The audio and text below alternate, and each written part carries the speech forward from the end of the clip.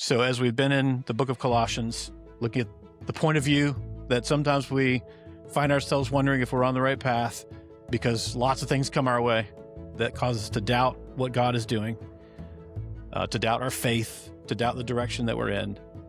We're coming to the end of this New Testament letter, and the Apostle Paul really brings it home to talk about how to put our faith to work in the day-to-day lives that we have.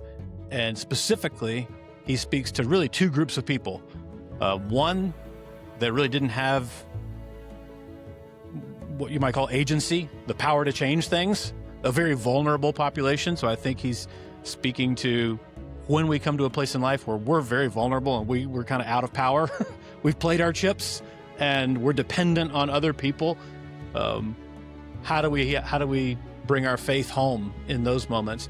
And I think he's speaking to a group of people who have agency. They have the power to affect things in the world for their own good and for the lives of others, and they're in places of influence.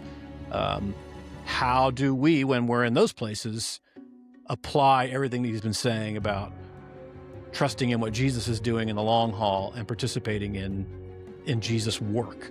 So he's starting to wrap up his letter, and he's bringing it into some very practical spheres of life about what does it look like to bring our faith home and bring our faith to work.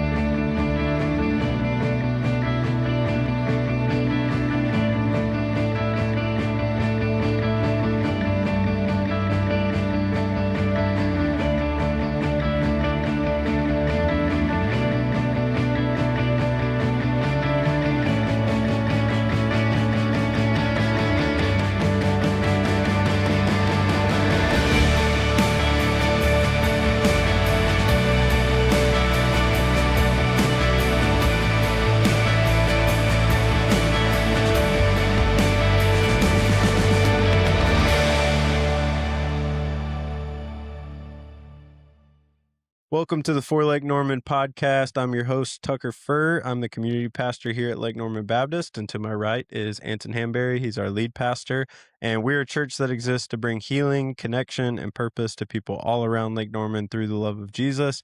This podcast is an extension of that, so if it's your first time with us, welcome.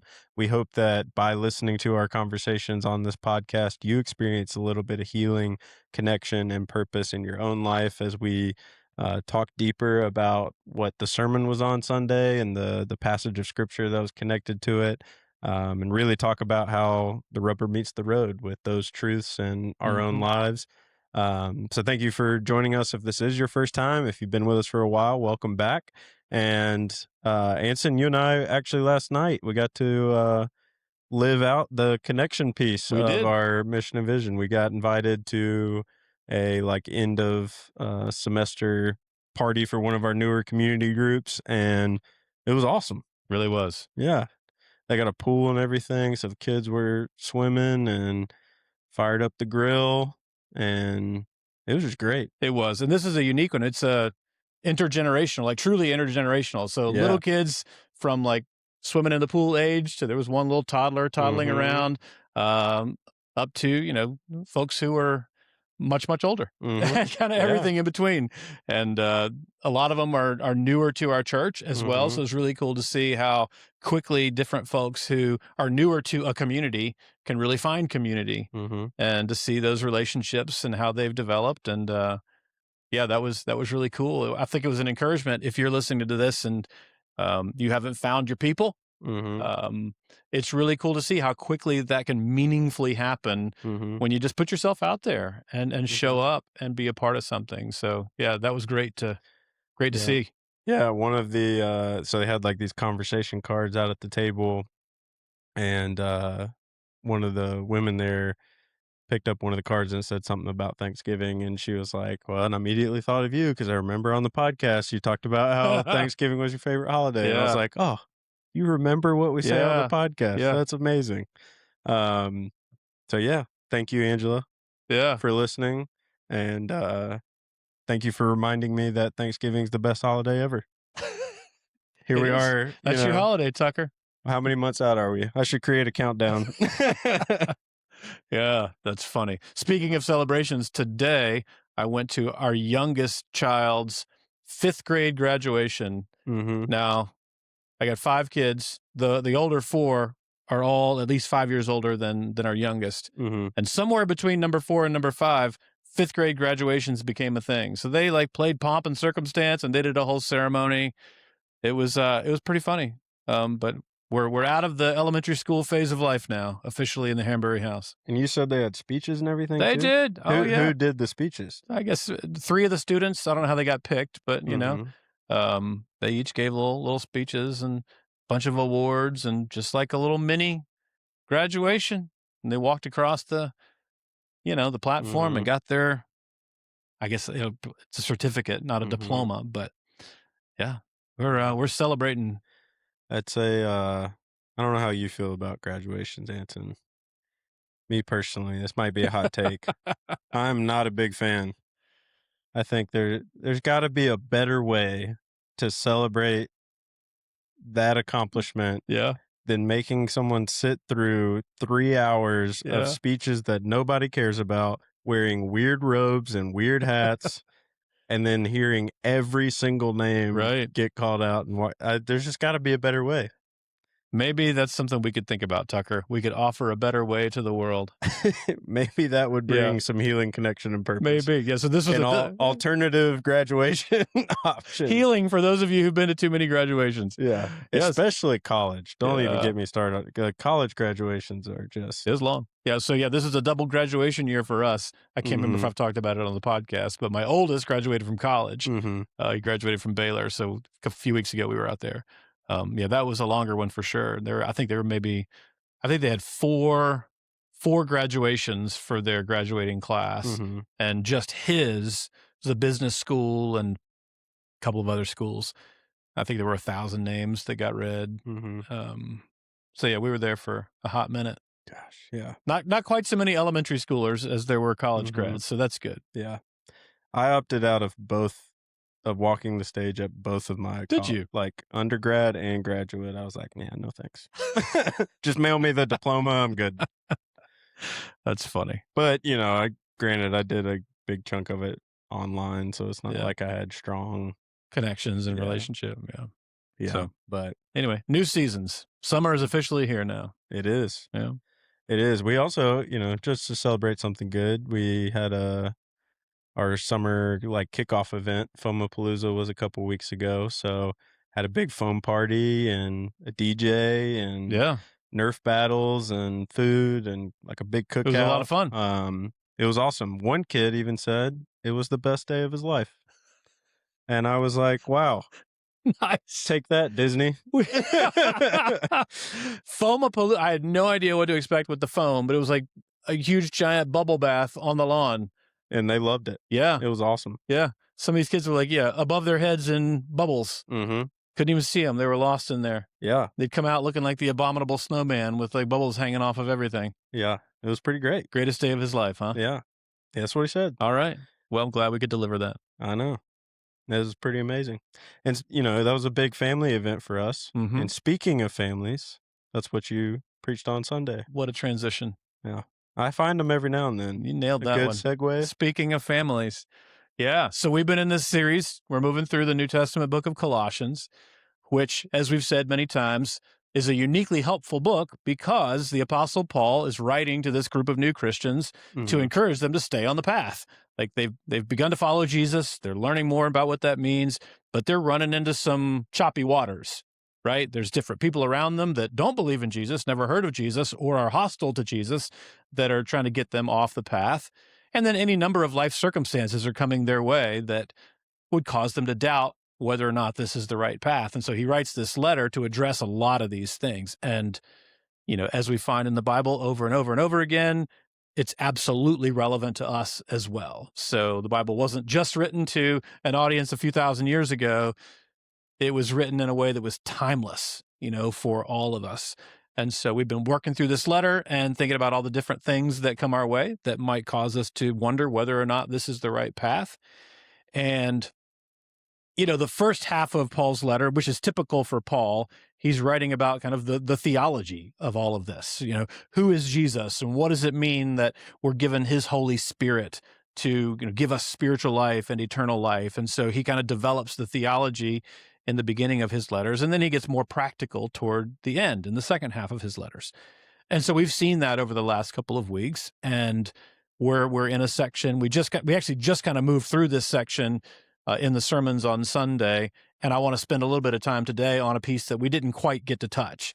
And it's in this section where he's bringing it home to like family life, and he's talking about the family relationships in the household that would have been a part of a household in the first century, and that largely are a part of our households today, and really kind of inclusive of our work environments in our day as well. So he's writing about the situations that we find ourselves in at home, and I'll suggest in our workplaces. And how do we live out our faith in some core ways in these places?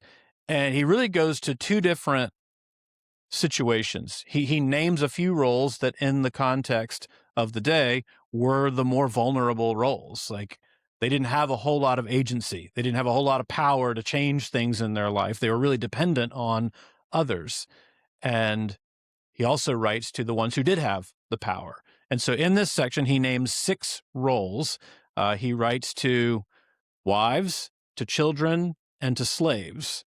And in that context, it was a very patriarchal society. And so in the husband-wife dynamic, the husbands really had all the rights, virtually all the rights in that context. And so to be a wife in the first century Greco-Roman world was to be in a very vulnerable position because she was really dependent on her husband and how he ran the household and how he treated her. And when Jesus came along, he actually elevated the role of women dramatically. It's one of the great things in the Bible. But in that culture that they were in, women held very, very little power. Children held even less. They were regarded often as their father's property. And so even into adulthood, they didn't have much power at all in their households. And then, of course, he talks about slaves. And we'll talk about this today. There's some differences between slavery in the first century and the slavery that we think of in American history. But he speaks about those roles, all 3 of which would have been very vulnerable positions in the day. And so he speaks to them and gives them encouragement and instruction in, okay, how do you think about your lot in life through this new lens of what Jesus is doing in your life? And then on the other side of the coin, he speaks to husbands, fathers, and masters. Like I said, these were all sort of male-dominated roles. This was a male-dominated society. And how do those men who were in these roles of power and authority, how do they live out this new identity of what Jesus is doing? And in that Greco-Roman world, I mean, it was not uncommon for that power to be wielded with a really heavy hand. And so the way of Jesus, as we know, is the opposite of that. Jesus led with love. Love for God, love for others. And it would have turned these roles upside down, both the most vulnerable roles and the roles of authority. And so Paul puts some feet on that for us, because this is like the day in, day out relationships of life that people needed to learn to live in and to find encouragement when they didn't have much power, and to find new purpose and a new way of living that's reflective of Jesus and his kingdom and participating in what he wants to do for those who do have power. So 3 different pairings of relationships in this section. I talked about husbands and wives in the sermon, so I won't say much about that, but there's some things about the child and father dynamic and some things about the slave and master dynamic that I think could be helpful for us as we think about our home and work dynamics today. Yeah, I think I like how you pointed out, a lot of those categories that Paul is calling out as the most vulnerable groups, Jesus was very intentional about elevating them. Mm-hmm. You know, he elevated women, but he also really elevated children. He did. I mean, he told his disciples repeatedly when they would try and like shoo the kids away from coming up to him, he's like, no, no, no, let the Mm-hmm. kids come. Yeah. For this, I mean, the kingdom of heaven is for them. Yeah. And I think that says a lot about who Jesus is he's Mm-hmm. someone who has a heart for the marginalized, the vulnerable, and he goes out of his way to make them feel valued, loved, and cared for. And I Mm-hmm. think that's what Paul's trying to encourage each of us to think about within the context of our own home or workspace. Yeah.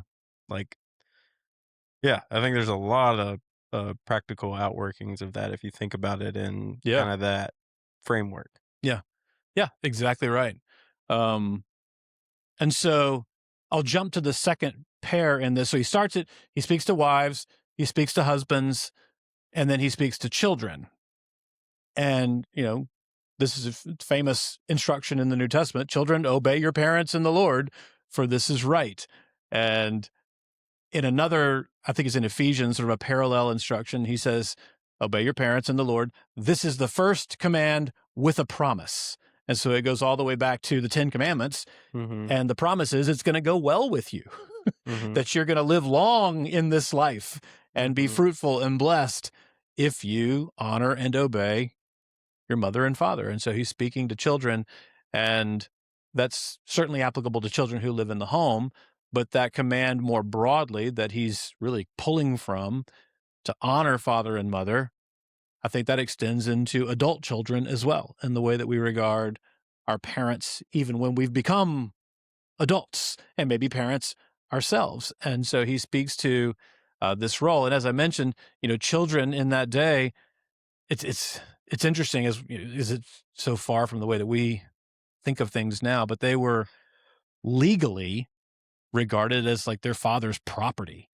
I read something that I had not seen before, that like if a father feels like their child has gone wayward enough, and he actually puts his own child to death, he could do that. Like there was no DCFS that was going to show up and put some boundaries and guardrails around that father's actions. Like, and so you got to think that there were some really horrific situations in the Greco-Roman world for children under some ruthless, overbearing fathers. Yeah, because it was a heavy honor shame culture. Yeah. So that honor your father and mother, like the Greco-Roman world took that to the Yeah. nth degree, and it's like, well, if you're bringing shame to our family, I mean, I didn't know that, but it makes sense that that would have been happening because Mhm. it was such a heavy honor Mhm. shame dynamic in the culture. Yeah. Yeah. And so here's where, the Bible's teaching, Jesus' teaching, extended into Paul and the apostles' teaching, would have been maybe surprising from what we might expect. So here he's writing to families, okay? And many of these would have been, non-Jewish, so outside of kind of the Judeo-Christian, you know, worldview, Greco-Roman families, very much in the culture that we're talking about. And maybe some of the children, let's say there might have been some older children that actually had heard the way of Jesus and had come to believe in Jesus, that maybe had some really dominant, overbearing, cruel fathers. And so Jesus doesn't say, children, reject your father to come follow Jesus, because Jesus is so much better than your father. No, he says, obey your father, obey your parents, submit to these earthly powers that are over you. And it's like, oh, wow. Like how, how is that a good instruction? But I think it speaks to everything he's been saying in the book. Like, look, do you believe that Jesus is doing something or not? Like, your hope is in what Jesus is doing in your life, and you can fully put your faith and your hope in Jesus from within the role that you live in life. And he doesn't leave them with he doesn't leave the fathers off the hook, because immediately after he says, children, obey your parents in the Lord, for this is right. He says, fathers, don't embitter your children. Like, don't be exasperating to your children. Don't wear them out with your heavy-handed, authoritarian, way of being, your authority. Don't abuse the authority in your home. And so he does come to the fathers and give a check on the father's power. But I think it's interesting that in all three of these pairings, he speaks to the vulnerable party first, within the role that was their lot in society. And it's like, I see it. I see you in this vulnerable position, and I want you to trust me that even though you may have an earthly father who may be downright evil, I see you. I love you. I'm going to give you hope. And he starts there. Mm-hmm. And then he gets to the father, Mm-hmm. and I'm glad he does. I'm glad he doesn't leave it unaddressed. He's like, and okay, fathers, as for you, it's time to learn a new way. Mm-hmm. You may have not seen this from your father or your grandfather. You may have not have seen this in your culture or your society, but the way of Jesus, the way of the Heavenly Father, is the way of love. And just like he's just said to husbands, love your wives. Don't dominate your wives. Don't be harsh with your wives. Love them, be gentle with them, be kind to them. Similarly to fathers. And of course, this would have been the same man, in Mm-hmm. many of these households, both husband and father. In the same way that I just called you to love your wife and do not be harsh with your wife, your calling is to treat your children the same way as well, with a self-sacrificing love, with a love that's not going to solicit Mm-hmm. bitterness or resentment from your children. And so he calls the fathers to a new way, but only after calling those children to really trust in Jesus. And it's like he's saying, trust me first, Mm-hmm. and also trust what I'm doing in your dad's life. Yeah. In your father's life. And this is one of the points I made in the sermon on Sunday, speaking to families in general. Trusting in Jesus isn't only trusting what he's doing in our lives, Mm-hmm. but it's trusting in what Jesus is doing in our family members' lives as Mm-hmm. well. Yeah. And that's often way harder.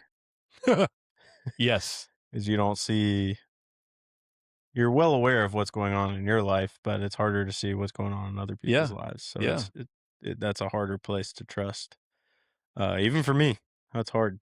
I think for all of us, Mm-hmm. and whether it's a husband-wife relationship, where you see the flaws in your marriage, whichever spouse you are, but you know how you're thinking about it and reflecting on it, and your own inner aspirations to do or be better, but you can't read your spouse's mind. Mm-hmm. And sometimes a lot of our day-to-day interactions, if we're stuck in a place that doesn't feel very good, Mm-hmm. and things aren't going so great, we don't often see the inner monologue that might be going on in our spouse's mind, where they may be thinking, I don't like how this is. I want things to be better for our marriage or our relationship. But when you actually get in conversation, they keep going sideways because there may be some tension in that relationship. We know our own thoughts, but we don't know the thoughts of our spouse. And so a lot of times we assume the worst, and we think nothing is changing. And then we start to assume that, they don't want to change. Mm-hmm. They like it the way it is. And Mm-hmm. so trusting in what God is doing in any of those home relationships. Mm-hmm. Oh, I think that's where the rubber meets the road for a lot of us. Yeah, I mean, you just think about like people who have family members who don't follow Jesus, don't know Jesus. Yeah. I have that. And one thing I came across recently when talking about like having conversations with people about Jesus is you're joining in on a conversation that the Spirit is already having with them. And I think it goes with what you're saying to like trust that God's already working in the lives of your family members, whether they know Jesus or not. And whenever you're engaging in conversation, you're just joining a conversation that the Spirit's already started. Yeah. And It's a I good way think to think of it. I like that. it takes a lot of pressure off of you and I to, because I've felt this as in family relationships, but just relationships in general. It's like you see something wrong, and I think it's probably a tendency as a man, you're like, I got to fix it. Or Mm-hmm. like, I see a solution, so I'm going to say this is what we need to do without hearing the other person's Mm-hmm. perspective or where they're coming from. And then it just causes more friction and more, Yeah. angst. And it's like, if I believe that the spirit is already having a conversation and that the spirit's the ultimately the one who's bringing any sort of transformation, then I don't need to fix anything. I just need to be Mm. present and cooperate and listen for what the I like spirit's that. doing. And I think that's changed the way I think about having those Yeah. conversations and approach things like Yeah. that. I think that's a good way to think about what we're observing in this text. It's like the Mhm. Holy Spirit's having a conversation with children, Mhm. and he's having a conversation with the fathers, Mhm. both of them at the same time. Different conversations, Mhm. but it's happening. And so I think both children and fathers will expand it out to parents.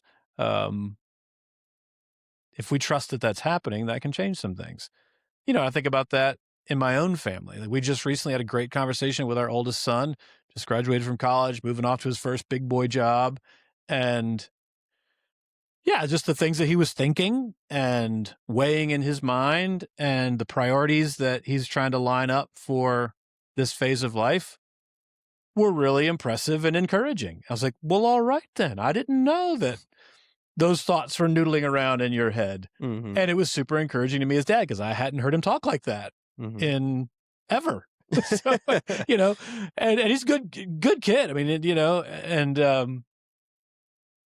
but yeah, it was really cool to see like, okay, the Holy Spirit has been having some conversations with him that I was completely unaware of and not privy to. And when I heard about it, it's super encouraging. And I think conversely, we had been thinking about helping him out in some ways that he didn't know we were thinking about. And when we were able to say, "Hey, we want to help you out with this and that," he was like, "Oh, that'd be so awesome!" Like I Mhm. wasn't going to ask, but you know. Mhm. So I think it just even one conversation, thinking about it through this lens, is like, yeah, the Holy Spirit has conversations with us, Mhm. and we're aware of those on our end. Mhm. But if you're talking about like parents and children, children and parents, you don't know what God's doing in the heart and mind of your mom or dad. Yeah. You don't know what God's doing in the heart of your son or daughter. And sometimes we run with the assumptions that we make. Mhm. And I think a lot of times that's not helpful. Mhm. We can assume the worst, and you know, we tend to remember the worst things, not the better things, and kind of fixate on those sorts of things. But I think this passage encourages us, hey, I'm doing some things. And then also one more thing about the instruction to children to obey their parents in the Lord.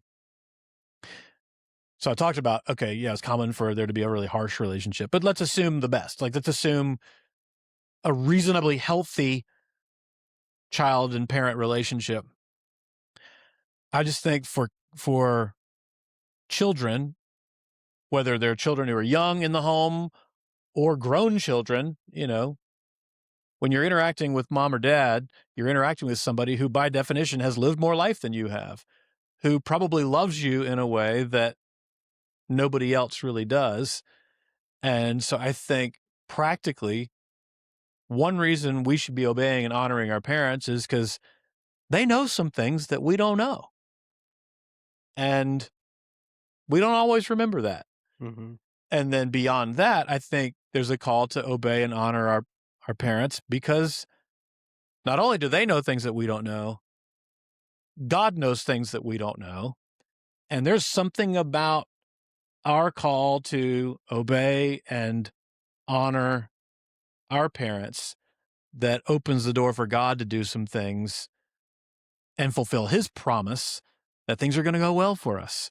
And he's going to give us, you know, a fruitful life in whatever that means. It can mean a lot of different things, but we're trusting in God's promise when we obey mom or dad, Mhm. um, and honor them. So like the obedience really, as we think of it, like when kids are at home, And then as we grow older and we're out of the house, I think there's Like this honoring relationship. Yeah, and I feel like I've grown in that as I've become like stepped into adulthood. Like I feel like I have a different kind of appreciation for my relationship with my parents than when Mm-hmm. I was like living under their roof, Yeah. And it's just that like I want to honor them and what I do, Yeah. and like not in a like I got to pay you back for like all the things you did for me growing up, but it's Yeah. just out of like true like appreciation Yeah. and like respect. Yeah.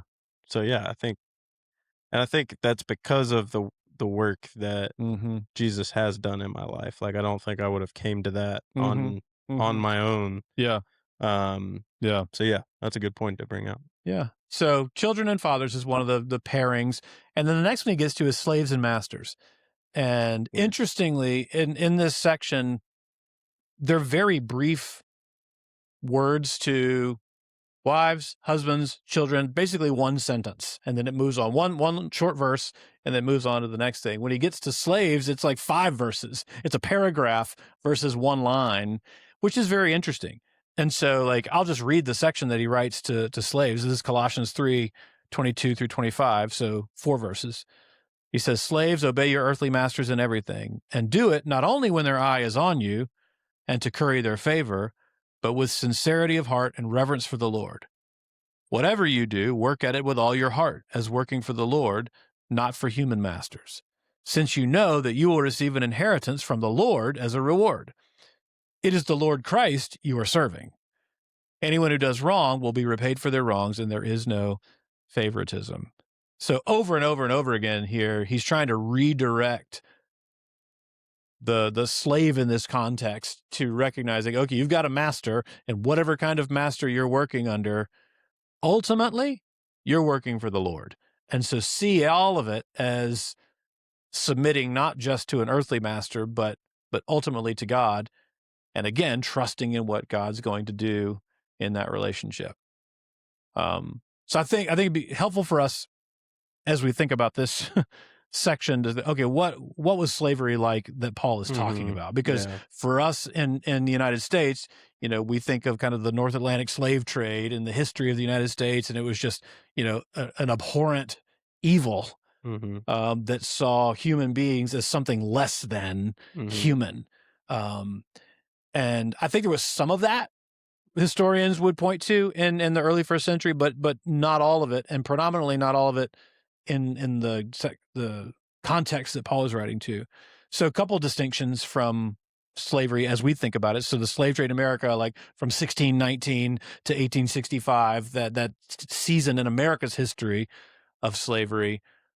So it was distinctly race-based in our context, in modern slavery context, whereas in the early church context, the first century, it wasn't a race distinction. There were people of all different races who were brought into slavery. So that's one distinction. It wasn't a racial binary kind of way of thinking about people and humanity. Second thing was a lot of slaves had agency. They had some power. They some of them got into slavery because in order to pay off a debt, or they were just in a situation where they they needed income. They could sell themselves into a slave relationship with a master. It was like a choice they made as opposed to like Exactly. being captured or kidnapped and forced into it. Yeah, so they could choose it. Yeah. Or if they had made some poor decisions, got themselves into a pile of debt, and they I owe you amount of money that I could never pay off. Yeah. So let me work it. I'm just going to work it. I'm going to work it off for you Mhm. and just basically give you my rights in order to pay off my debt. And I would sort of put myself at your mercy. Mhm. And in that relationship, there was a reasonable hope that after a period of time, might have been 10, 15, 20 years, the freedom could be, the debt could be paid off.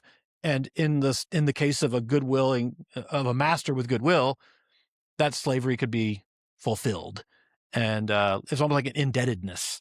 And so bondservant is another word for slavery that shows up. And it's like this term life, indebtedness that, that could have been That was a situation for many of the slaves that Paul would have been addressing.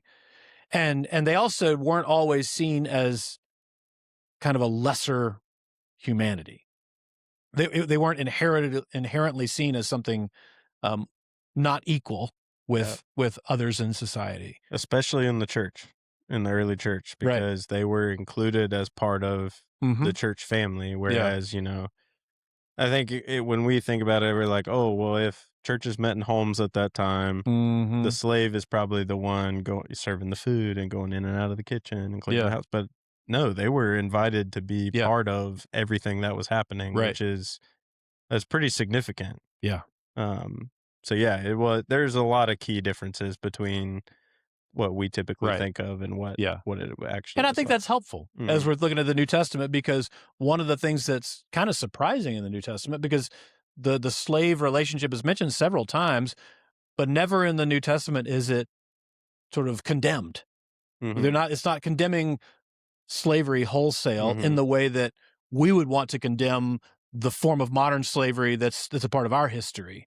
And so you go, well, why wouldn't the Bible condemn slavery? Right. Yeah. And in part, I think it was because it was different. There wasn't the inhumanity in it quite to the extent that that we've seen. So there's that. So there's some distinctions between modern slavery and ancient slavery. But having said that, even within ancient slavery, you do a little bit of reading. I'm no expert on all this, but I've done enough reading to kind of paint a broad picture. So many of the slaves in the early context would have had some agency, like we just talked about, but not all of them did. So sometimes they were like prisoners of war and, under the thumb of masters who were cruel, and they legally, they were property. And so I think within the slave system then there were situations where it might have been a lot more like modern slavery, kind of closer to it. Still wasn't linked to a racial divide. It was more the situation of how people came into that slave relationship and whether or not the master, abused that authority, abused the other human beings, or treated them with dignity. So I think while a lot of the situation was distinctly different than what we think of, not always. And I think there were some dark elements to it, certainly as well. And that's where I think this would have been the most severe, vulnerable situation that Paul is addressing. So like where there were slaves who were being treated, as property, maybe worse than animals. That would have been like the most dependent place where if someone's come to faith in Christ and this is their lot in life, truly their only hope was Jesus. I keep saying it over and over again for all of us. Our only true hope is Jesus, but we also have a lot of different agency to pull some levers in this life to improve our life. And some people in those situations, there's just nothing they can do. And fully and completely, the only way they're going to make it is the mercy and grace of Jesus. So there's some distinctions in slavery there, but whatever the form of slavery people were under, they were legally regarded as objects, not as so within the Roman system, if you were a citizen of Rome, you were a subject of Rome. Like you were a part of the system under the legal protections of Rome as subjects of the kingdom, subjects of the empire. But slaves were seen as objects, not subjects. And so they certainly lacked freedom. They were at the mercy of their master. And so this is the situation that a lot of new Christians were in. It's like, okay, how do I process this now? It's interesting because, one of the things that Jesus dealt with in the Gospels was the Jewish expectation that the Messiah would come and free all of the Jews from their oppression under Roman rule. So freedom for the slaves, freedom for the oppressed, and to overthrow the powers of Rome on behalf of the Jews. Well, that's not what Jesus did. Jesus came and he's establishing a spiritual kingdom, not his earthly kingdom at that point. And so this is one of the things the Jews just, they rejected him as Messiah because he didn't come to free all the slaves, to bring freedom from physical oppression under Rome. And I think this letter that Paul's writing to the Colossians, it's kind of the ongoing, since Jesus didn't do that and he's doing something different, he's transforming the lives of everybody within the roles that they occupied in society. Whether it was, husband, wife, child, father, slave, master. So instead of bringing immediate physical, literal freedom to all the slaves, which one day he will, but not yet, he's calling on those who were, whether Jewish or Gentile, in this slave or bondservant relationship to live by faith where they are. Which, man, that's a high calling. And he's encouraging them to go, I know what it looks like. It looks like, you have no freedom outside of your master. But trust me, I see you, just like that child or wife in an abusive home relationship. I see you. I'm doing something. I'm having a conversation with your master that you don't know anything about. I'm accomplishing something in the world that supersedes anything that you can see. And so go about your work like I'm your master. Do it for the Lord. Do it for the one who has given his own life as a sacrifice for you, and do it heartily. Put your heart into your work. Don't hang your head in doing your work. Hold your head high. Stand up straight. Do your work with dignity because you're working for a new master, even though you're still working for your earthly master. And so he's calling for a new faith. What's changed is their faith and their hope in what God is doing. But they had to live it out. And that's what he was calling the slaves to do, to put their heart into their work, to do it as they were serving the Lord instead of just, in a hopelessly oppressed situation under an earthly master. So it's a big word to those who are in that lot in life that Paul's writing to. Yeah. So what he comes back and gives instruction to the masters as well. He does. So what does that look like? So says to the masters, and again, it gets short again. Masters, provide your slaves with what is right and fair, because you know that you also have a master in heaven. And so, the summary, right, in terms of their immediate action, provide them with what's right. Treat them fairly. Treat them with dignity. And then the reason he gives them is they're not the only one with a master.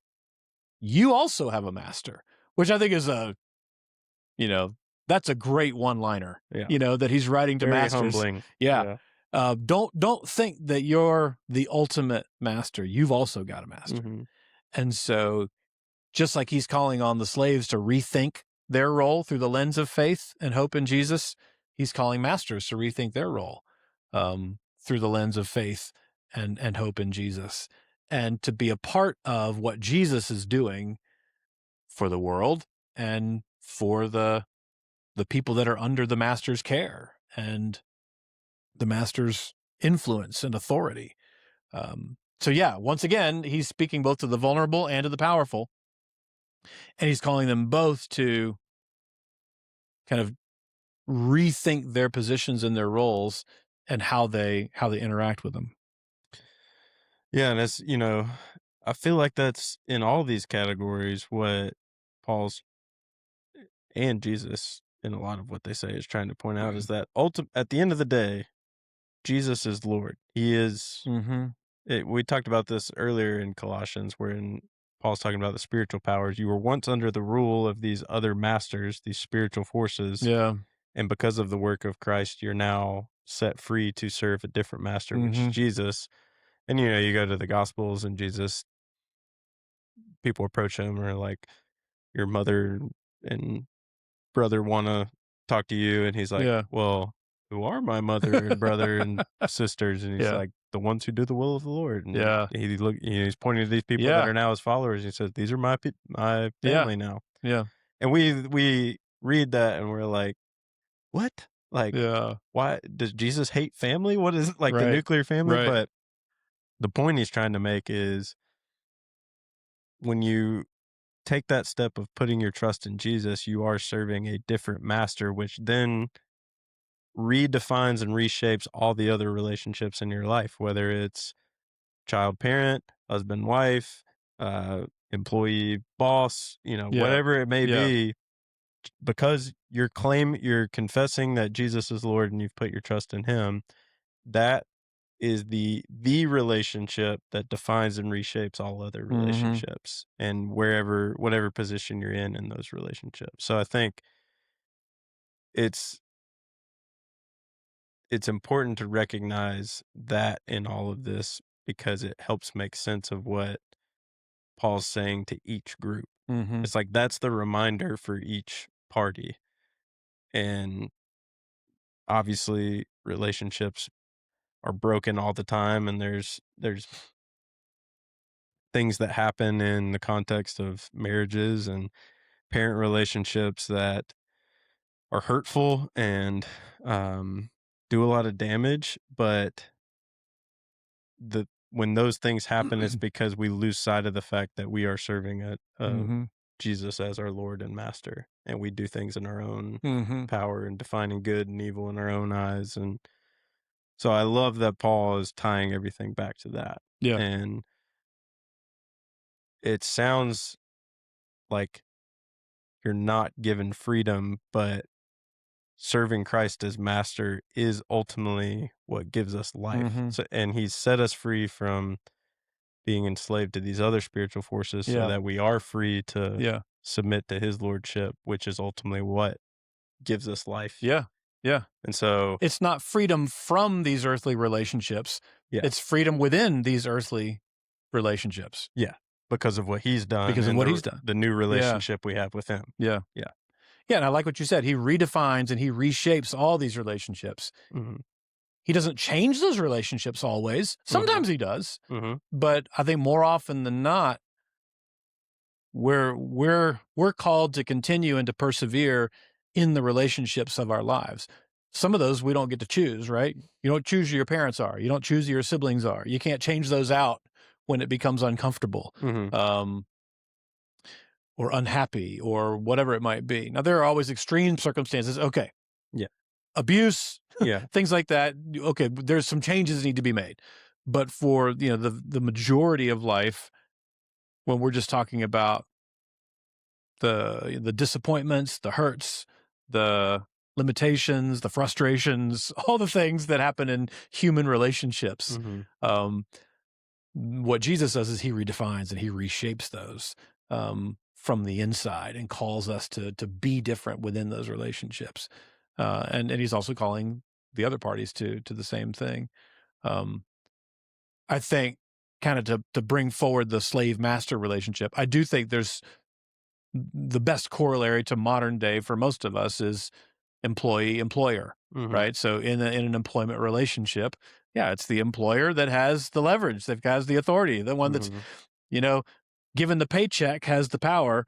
And sometimes we get into kind of some of those same mentalities that he's talking about in a slave master relationship.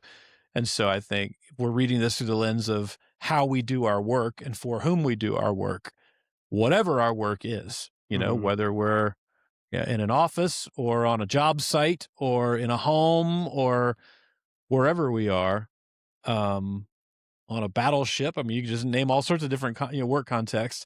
I think those instructions absolutely apply. Put your heart into your work. Work as if God is your boss, because he is what Paul says. It's the Lord Christ you're serving. And then he says, do it for a reward in heaven, like your eternal reward. So, yeah, we work for a paycheck most immediately, but there's also a sense in we're working for a paycheck, a reward, an inheritance that our boss could never provide, the company that we work for or organization that we work for can never provide, but God will provide. So, you know, many of us have the opportunity to contribute to a 401k or a 403b or some sort of a retirement, you know, investment plan in addition to our salary or hourly wage. It's like there's a whole other investment plan that as we put in the time and we do good work, we put our heart into our work, we do it with the right spirit and attitude, we do it in the right with integrity, with effort. It's not just that we're getting a paycheck. It's not just that we're, you know, putting our, money, investing our money in a 401k or something like that.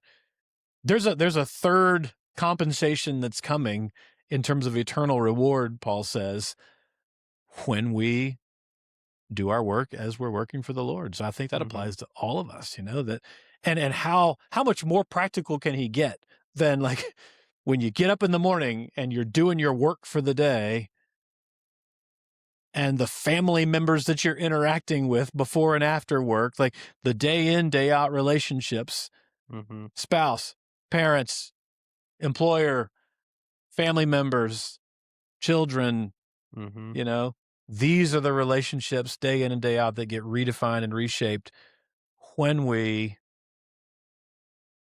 recognize that we're working for the Lord and he's the one who's shaping and driving and causing eternal things to happen in our lives and in the lives of our families as we put our hope in what Jesus is doing, which I think comes back to, early in the letter where he says, it's Christ in you. That's your hope of glory. It's what Christ is doing in us day in and day out through relationships like these that is part of what's preparing us for eternity and the reward that's coming. Yeah. And it's in Colossians, correct, where he says, in whatever you do, whether you eat or drink, do it for the glory of the Lord. Yeah. Like, Yeah. yeah, that's Yeah. spot on. Yeah. And I think that applies even when you hate your job and it is like the bane of your existence, showing up, still doing a great job and not complaining, not grumbling to all your coworkers about how much you hate it, Yeah. speaks volumes about who Jesus is. Yeah. Whereas the flip side of that, if they know that you have said, I'm a I'm a follower of Christian. Yeah. Jesus, and you show up and you're you're being lazy because you hate it, and Yeah. you're complaining to everybody who sits around you about everything that's going wrong in your job, like that does not make Jesus look good. Yeah. If you're a Christian, please, please, please Yeah. be the best employee that you can Yes. possibly be. Yes. Be the best employee in your office. Yeah. Yeah. Show up, Yeah. follow through, really work Yeah. to not get into that vortex of negativity and complaining and grumbling and gossip, all the things like what we do in those spaces and at home matters. Like if we're, if you're raising a family and you bring them to church, but at home, like you're embittering them, I guess is what Paul would say, your kids, and they don't see you pursuing a relationship with Jesus or trying to be more patient and loving, and then it just creates this like dissonance for people of like, well, okay, they're saying they love Jesus and follow Jesus, but like I just don't see how that's what I would want for my life because this is how I'm seeing it play out. Yeah. And um I think it was helpful for me to work in a corporate setting because I really had to think I was in a job, frankly, that I hated. Yeah. I did not enjoy it. And most of the people I worked with did not enjoy it, and they let me know about it every day. And I just had to choose to bite my tongue and say, try and point out the positive, try and just put my head down, do what I needed to do, work hard. And I think when I left the company, I was able to leave in good graces because I had done that. It's not like people weren't happy to see me leave, which Right. I think I hope I represented what the work of Christ Mm-hmm. in someone's life, the transforming power it can have well there.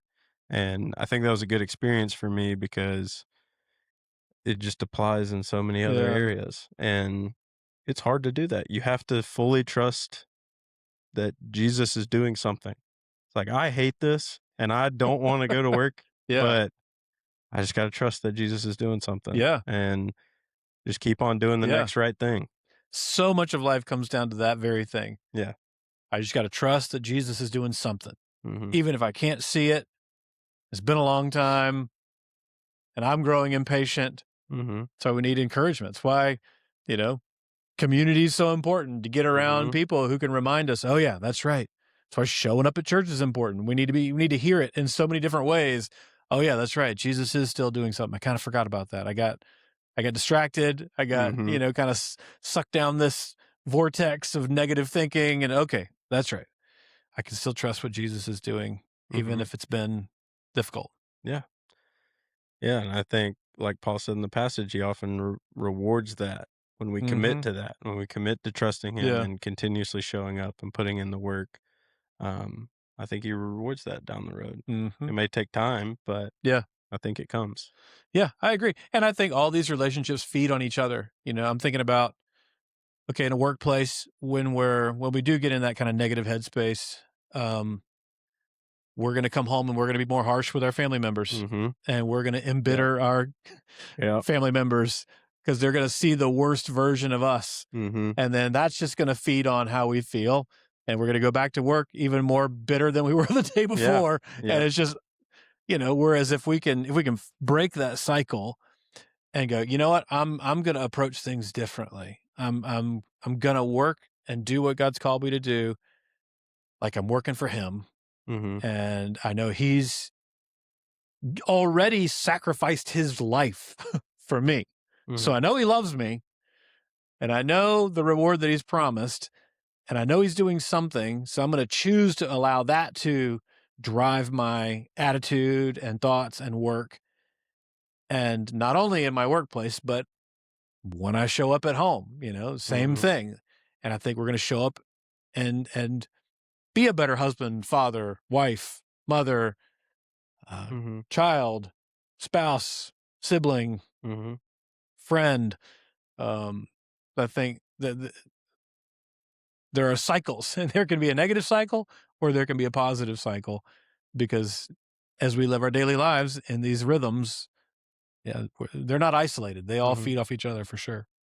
Yeah, a mentor of mine at his house, he has a sign in the garage right next to the door where is their main entrance into the house, and it just says "Bring energy home." Mm, And he, told me the story behind it of, he hung that because just the job he's in can be a lot of days can be tough, and he mm-hmm, was, he would come home and just still be in a mood because of something that happened at work, and he saw it affecting mm-hmm. his relationship with his kids, his relationship with his spouse, and so he hung that up just to, like, as a Yeah. physical Oh reminder yeah. of, like, I still need to show up Yeah. for these relationships that matter at home. Yeah. Um, because, yeah, trying to do the right thing in a work scenario when it's hard can rip a lot of energy out of you, Mm-hmm.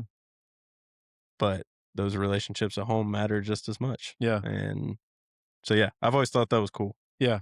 And that's hard. I mean, I think we all need to hear that. Those of us who work Mhm. outside the home, we tend to use, I guess, depending on the job you're at. So you're using a lot of physical energy. If you're in a Mhm. physical labor Yeah, type like job, blue collar work. you're using a lot of mental energy.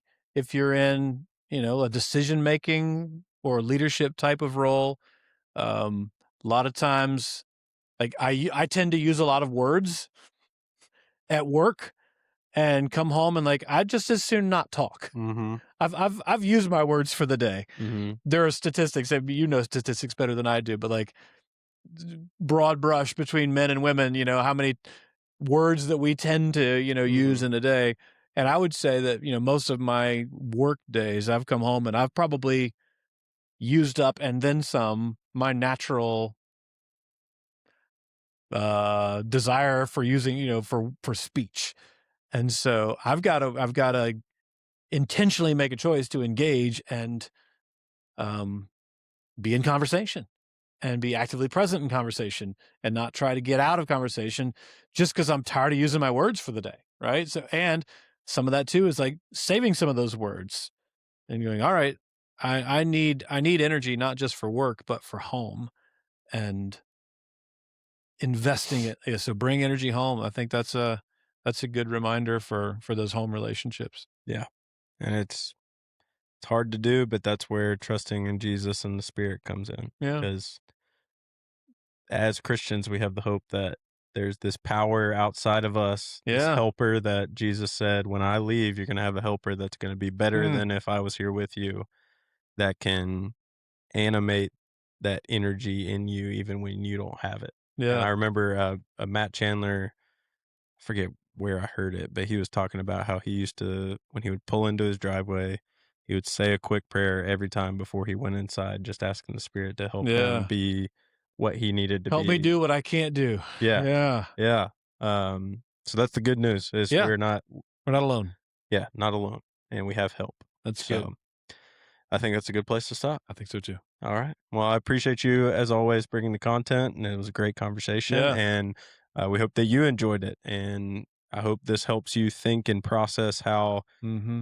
if you've put your trust in Jesus as Lord, how that redefines and reshapes all these relationships in your own life. And we look forward to seeing you next week. Hey everyone, thanks for listening to the end of the episode. If you're enjoying these conversations each week, do us a favor. Hit that subscribe button right here on YouTube or the follow button wherever you listen to podcasts. It's quick, it's free, it's easy, and it makes a huge difference in helping our podcast reach more people in the Lake Norman community. Thank you for supporting the For Lake Norman podcast, and we hope you have a great week.